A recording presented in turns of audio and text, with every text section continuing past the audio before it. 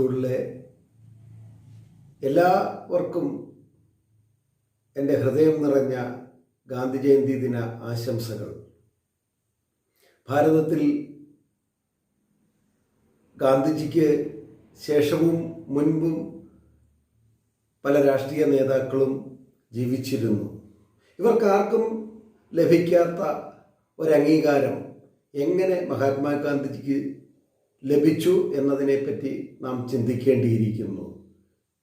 എൻ്റെ പ്രിയ കൊച്ചു കുഞ്ഞുങ്ങളെ സംബന്ധിച്ചിടത്തോളം അവരുടെ പ്രായത്തിൻ്റെ എത്രയോ ഇരട്ടി വർഷങ്ങൾക്ക് മുമ്പ് ജീവിച്ചിരുന്ന, അതായത് 72 വർഷങ്ങൾക്ക് മുമ്പ് ഇഹലോകവാസം വെടിഞ്ഞ മഹാത്മാഗാന്ധിജിയുടെ ജന്മദിനം നാം ഇന്ന് ആഘോഷിക്കുമ്പോൾ ഇത്രത്തോളം പ്രാധാന്യം അദ്ദേഹത്തിന് എങ്ങനെ ലഭിച്ചു എന്നതിനെപ്പറ്റി നാം വിശകലനം ചെയ്യേണ്ട കാലഘട്ടത്തിൻ്റെ ആവശ്യമാണ്.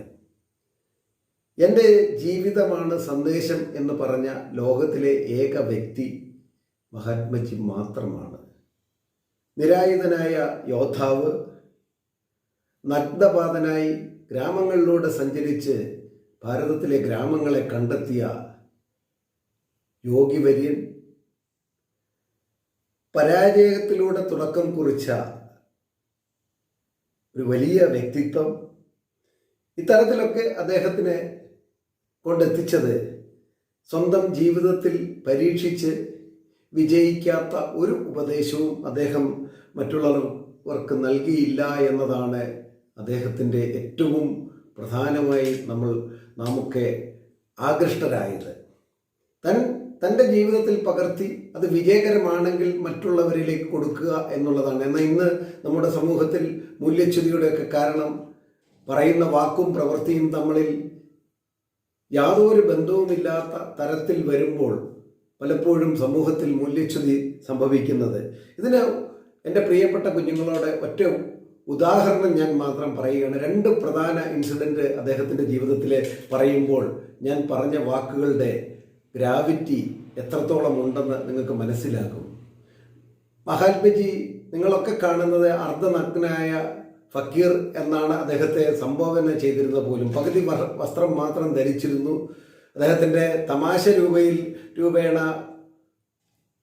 ബ്രിട്ടീഷ് രാജ്ഞിയെ കാണാൻ പോയപ്പോൾ ഒരു പത്രക്കാരൻ ചോദിച്ചു, എന്താണ് അങ്ങ് ഇത്രയും കുറച്ച് വസ്ത്രം മാത്രം ധരിച്ചു പോകുന്നതെന്ന് ചോദിച്ചപ്പോൾ രാജ്ഞി ഞാനിടേണ്ട വസ്ത്രം കൂടി ധരിച്ചിട്ടുണ്ടല്ലോ എന്ന് തമാശ രൂപേണ പറഞ്ഞെങ്കിൽ പോലും അദ്ദേഹത്തിൻ്റെ യാത്രാമധ്യേ ഒരു വലിയ സമ്പന്നനായ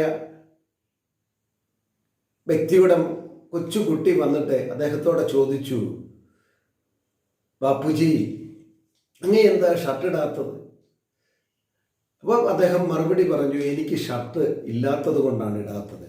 എങ്കിൽ ഞാൻ എൻ്റെ അച്ഛനോട് പറഞ്ഞിട്ട് ഒരു നല്ല ഷർട്ട് അങ്ങയ്ക്ക് വാങ്ങിത്തരാം, ഇടുമോ എന്ന് ചോദിച്ചപ്പോൾ എനിക്ക് 40 കോടി ഷർട്ട് വാങ്ങിത്തന്നാൽ മാത്രമേ ഇടാൻ പറ്റുകയുള്ളൂ എന്ന് പറയുമ്പോൾ കുട്ടി ചോദിച്ചു, എന്താണ് ബാപ്പുജി അങ്ങനെ പറയുന്നത്?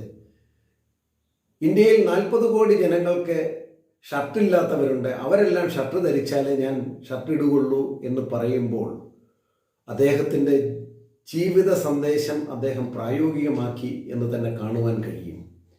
അതുകൂടാണ്ട് അദ്ദേഹത്തെ ജയിൽവാസ കാലഘട്ടത്തിൽ അദ്ദേഹത്തിൻ്റെ ധർമ്മപത്നി കസ്തൂർബ ജയിൽ സന്ദർശിച്ചു.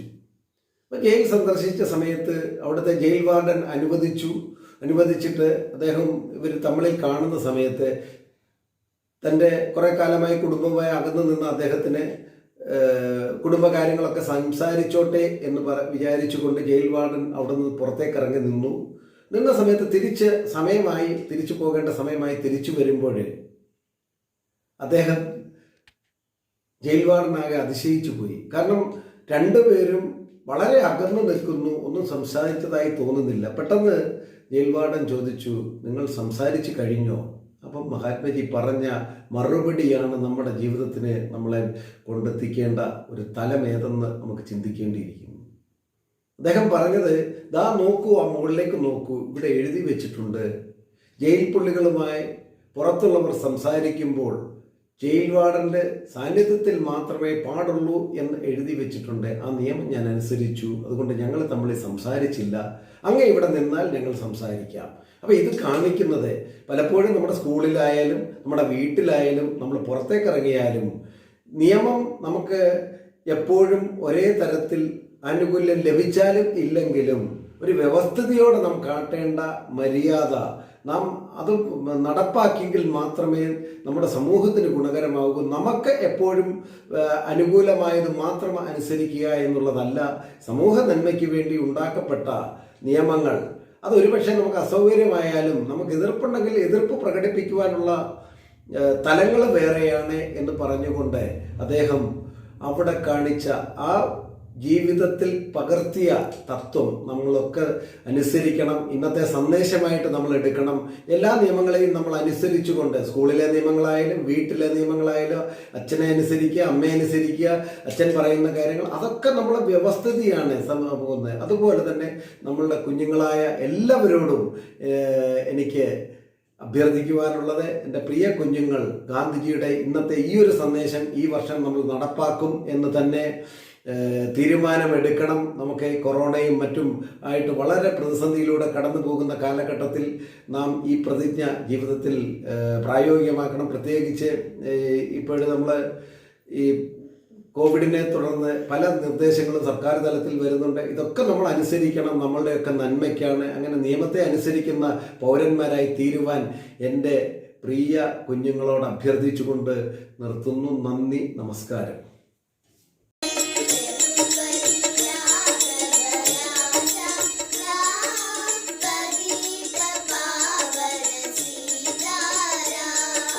रघुपति राघव राजा राम पतित पावन Sitaram. In this occasion, I would like to share important quotes of Mahatma Gandhi with my children. It is that a man is a product of his thoughts. What he thinks, he becomes. This message you have to keep throughout your life. Thank you. Raghupati Raghav राजा राम पतित पावन Sitaram.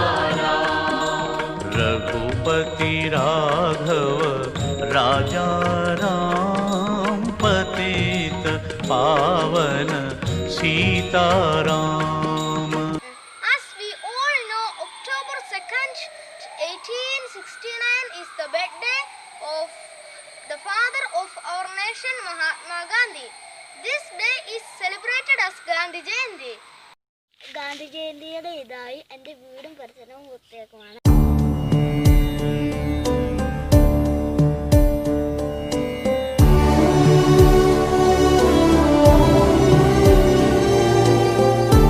Students and parents, in this academic year, we are not in a position to celebrate our Gandhi Jayanti day in the school because of this COVID-19 pandemic.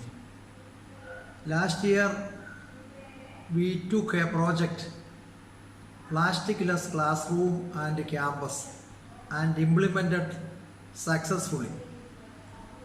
Actually, we are honoring Mahatma Gandhi for his role in our independence. തിന്മകളെ പറ്റി ഗാന്ധിജി 7 കാര്യങ്ങൾ വളരെ പ്രസക്തമായി പറഞ്ഞിട്ടുണ്ട്. അതിലെ 2 കാര്യങ്ങൾ മാത്രം ഈ ഗാന്ധിജി ദിനത്തിൽ ഞാൻ കുട്ടികളോട് പറയാൻ ആഗ്രഹിക്കുകയാണ്. അത് വിദ്യാഭ്യാസ മേഖലയുമായി ബന്ധപ്പെട്ട 2 കാര്യങ്ങളാണ്. ഒന്ന്, സ്വഭാവശുദ്ധി പ്രദാനം ചെയ്യാത്ത വിദ്യാഭ്യാസം, അത് തിന്മയുടെ ലിസ്റ്റിലാണ് ഉൾപ്പെടുത്തിയിരിക്കുന്നത്. സ്വഭാവശുദ്ധി പ്രദാനം ചെയ്യാത്ത വിദ്യാഭ്യാസം എന്താണ് അതിൻ്റെ അർത്ഥം? വിദ്യാഭ്യാസ പ്രക്രിയയിലൂടെ അറിവ് സമ്പാദിക്കുന്നതോടൊപ്പം തന്നെ കുട്ടികൾ സ്വഭാവശുദ്ധി ഉള്ളവരായിരിക്കണം, ശുദ്ധീകരണം നടക്കണം. 3 കാര്യങ്ങളിലാണ് നാം ശുദ്ധീകരിക്കപ്പെടേണ്ടത്. ഒന്ന്, ശരീരം ശുദ്ധമായിരിക്കണം, വസ്ത്രം ശുദ്ധമായിരിക്കണം, അതുപോലെ തന്നെ ചിന്തകൾ അഥവാ മനസ്സ് ശുദ്ധമായിരിക്കണം. ഗാന്ധിജി നമ്മളെ പഠിപ്പിക്കുന്നു, ഓർപ്പിക്കുന്നു. രണ്ടാമത്, മാനുഷിക മുഖമില്ലാത്ത ശാസ്ത്രം. ശാസ്ത്രം പഠിക്കുന്ന കുട്ടികൾക്കറിയാം, ഫ്രിക്ഷൻ നിങ്ങൾ കേട്ടിട്ടുണ്ട്, കർഷണം is a blessing as well as a curse. പരിപരുത്ത പ്രതലത്തിലൂടെ നമുക്ക് നടക്കാം, അതൊരു അനുഗ്രഹമാണ്. എന്നാൽ ലോഹങ്ങൾ അല്ലെങ്കിൽ മെറ്റാലിക് പാർട്സ് നിരന്തരമായി ഉരസുമ്പോൾ അവ തേയ്മാനം സംഭവിക്കുന്നത് നഷ്ടമാണ്. അപ്പോൾ ഈ കർഷണം നമുക്ക് നന്മയും ചെയ്യും, തിന്മയും ചെയ്യും. അതുപോലെ തന്നെ ശാസ്ത്രത്തിലെ കണ്ടുപിടുത്തങ്ങൾ നമുക്ക് നന്മയ്ക്കും തിന്മയ്ക്കും ഉപയോഗിക്കാൻ സാധിക്കും. എന്നാൽ മാനുഷിക മുഖമുള്ള ശാസ്ത്രത്തിന് ഒരിക്കലും തിന്മ പ്രവർത്തിക്കുവാൻ സാധ്യമല്ല. പ്രിയപ്പെട്ട കുട്ടികളെ, ഈ വർഷത്തെ ഗാന്ധി ജയന്തി ആഘോഷങ്ങൾ നമ്മൾ വീടുകളിലിരുന്നും പല രീതിയിൽ നമ്മൾ പ്രവർത്തിക്കുന്നതെല്ലാം സ്വഭാവ ശുദ്ധീകരണം നടക്കുന്നതിനും മാനുഷിക മുഖം നേടുന്നതിനും സാധിക്കട്ടെ എന്ന് വളരെ സന്തോഷത്തോടുകൂടി ഞാൻ ആഗ്രഹിക്കുകയാണ്. അതിനുള്ള എല്ലാ ആശംസകളും പത്മശ്രീ സെൻട്രൽ സ്കൂളിൻ്റെ പേരിൽ നിങ്ങൾക്ക് നൽകുകയാണ്. Thank you very much.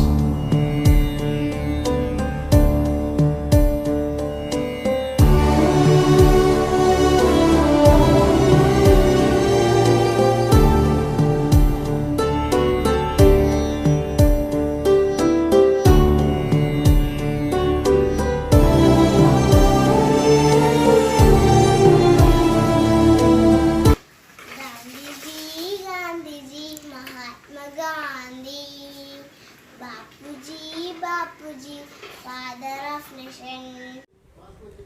Raghupati Raghav राजा राम, पतित पावन सीताराम. सीताराम, सीताराम, जय प्यारे तू Sitaram.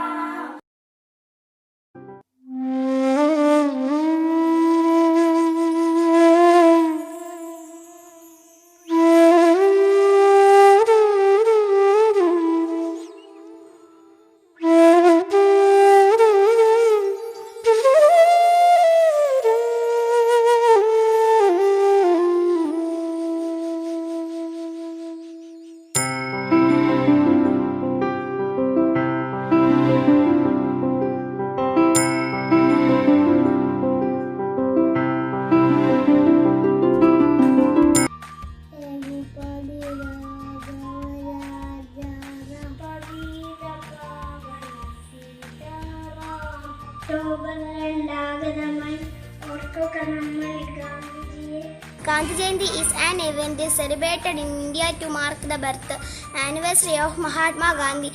He was born on October 2nd, 1869 at Porbandar in Gujarat. People love him for Babu or father.